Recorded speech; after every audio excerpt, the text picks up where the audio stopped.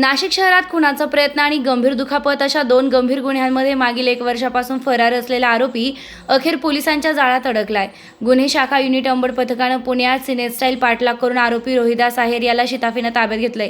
31 August 2024 रोजी भद्रकाली परिसरात mobile मागण्याच्या वादातून फिर्यादीवर चॉपरनं हल्ला करून गंभीर दुखापत करण्यात आली होती। त्या पाठोपाठ 2 ऑक्टोबर 2024 रोजी पंचवटीत अनिल चव्हाण यांच्यावर कोयत्याचा धाक दाखवून रिक्षातून अपहरण करण्यात आलं आणि दोन्ही पायांवर वार करून जीवे मारण्याचा प्रयत्न करण्यात आला होता।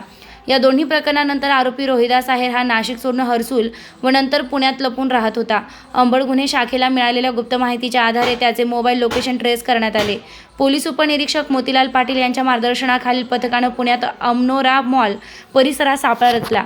आरोपी वाहनानं पळण्याचा प्रयत्न करताच पोलिसांनी चित्रपटातील शैलीत पाठलाग करत त्याला पकडलंय।